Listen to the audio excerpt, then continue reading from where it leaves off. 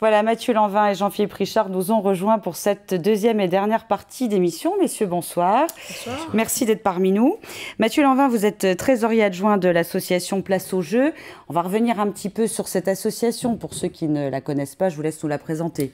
Alors, tout simplement, Place au Jeu, c'est une association qui a été créée par une vingtaine de joueurs il y a quelques années, dans le but de faire un peu découvrir tout le panel de l'univers ludique tel qu'il existe à l'heure actuelle. Donc, on a 2-3 leitmotivs, notamment notre plus grande idée reçue contre laquelle nous luttons, c'est les jeux, ce n'est pas que pour les enfants. Bah évidemment. Voilà, comme on dit, on n'arrête pas de jouer parce qu'on vieillit, on vieillit parce qu'on arrête de jouer. N'est-ce pas? Ça me plaît. Donc ça, c'est notre première grande idée. La deuxième grande idée, on parlait de cinéma tout à l'heure.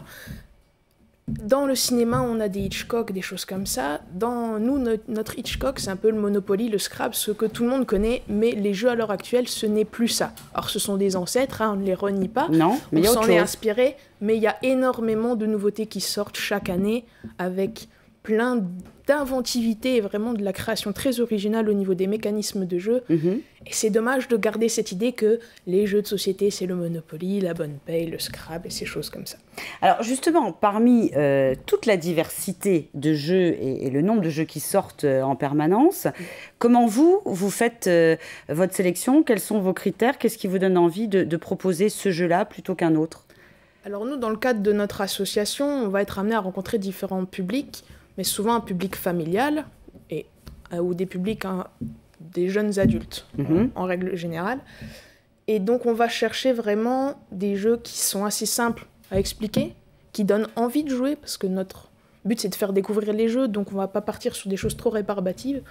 Donc des consignes simples, de l'originalité, du joli matériel pour donner envie de jouer, tout simplement. Et à l'heure actuelle, avec les nouveautés qui sortent, on a vraiment de plus en plus de choix dans ce qui est proposé, et c'est un vrai bonheur quotidien pour moi. Alors, il y a peut-être aussi, j'ai certains jeux en tête, mais je ne citerai pas pour ne pas faire de publicité, mais peut-être que l'intérêt aussi, c'est d'avoir plusieurs niveaux de lecture en fonction de l'âge qu'on a, où l'adulte peut jouer un cran au-dessus par rapport à l'enfant qui est en face de lui. Ça, c'est des choses qui marchent très bien aussi à l'heure actuelle. Voilà, c'est l'idée un peu de ce qui est proposé dans les jeux de plateau qu'on appelle familiaux, c'est qu'un enfant prendra autant de plaisir à manipuler et à tenter des choses qu'un adulte essaiera peut-être de pousser un autre plan stratégique. Mais ça n'empêchera pas et l'enfant et l'adulte de prendre du plaisir à jouer. Parce que le jeu, c'est aussi un moment de partage, c'est un moment humain. C'est quelque chose qui nous tient fortement à cœur, mettre en réseau les gens, que les gens jouent ensemble, faire connaître les différents jeux et faire des rencontres. Donc nous, on œuvre aussi pour la mise en réseau de tous les joueurs des Vosges, à travers les réseaux des ludothèques qu'on peut retrouver dans beaucoup de villes. Et il y a différentes associations de jeux à travers les Vosges. Il y en a une à Taon qui s'appelle Des Pions et compagnie. Il y a Place au Jeu. Nous, on est plus dans l'événementiel autour du jeu pour la découverte. On a une association à Saint-Dié qui joue également. Et tout ce petit monde-là va être réuni, notamment à la mi-mars, au Centre des Congrès pour le festival Jeux et compagnie. Bien sûr, et puis on en reparlera de toute façon sur cette antenne.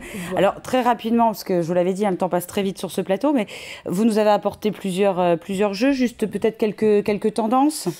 Alors, au niveau des jeux que je vous ai apportés aujourd'hui, donc on a un jeu pour adultes, entre guillemets. Les enfants peuvent y jouer, mais ça fait partie de ce que j'appelle les jeux qui se jouent à 2 joueurs.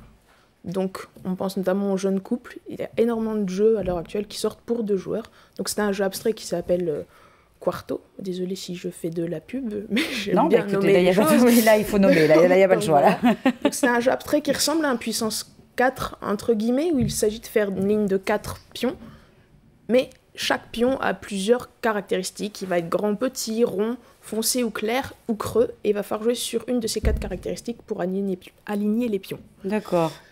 Après, on a d'autres jeux qui jouent à énormément de joueurs. C'est aussi un peu les nouveautés de ce qui se fait à l'heure actuelle. Je pense au Loup-garou, qui existe quand même depuis 10 ans, qui a fait un peu ses preuves en centre aéré. Il a l'air de connaître, voilà. Jean-Philippe Richard, il dit oui.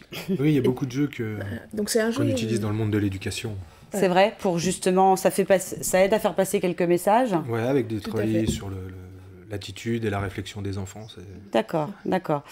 Alors, rapidement, parce qu'il faut qu'on puisse parler d'Afrisson, on ne peut pas, je vous l'avais dit, tout énumérer. Oui. En revanche, cette association propose chaque premier rendez-vous du mois, un rendez-vous autour du jeu, justement. Et ce sera le cas vendredi 1er février. Voilà. Qu'est-ce qui va se passer? Donc, tous les premiers vendredis du mois, au bar L'Entracte, alors c'est l'ancienne coupole, pour ceux qui connaissent, rue des États-Unis, au centre-ville d'Épinal. À partir de 20h, notre association vient avec une petite centaine de jeux, donc le choix, que ce soit pour des enfants, pour le public, pour des experts ou pour des gens qui viennent simplement à deux.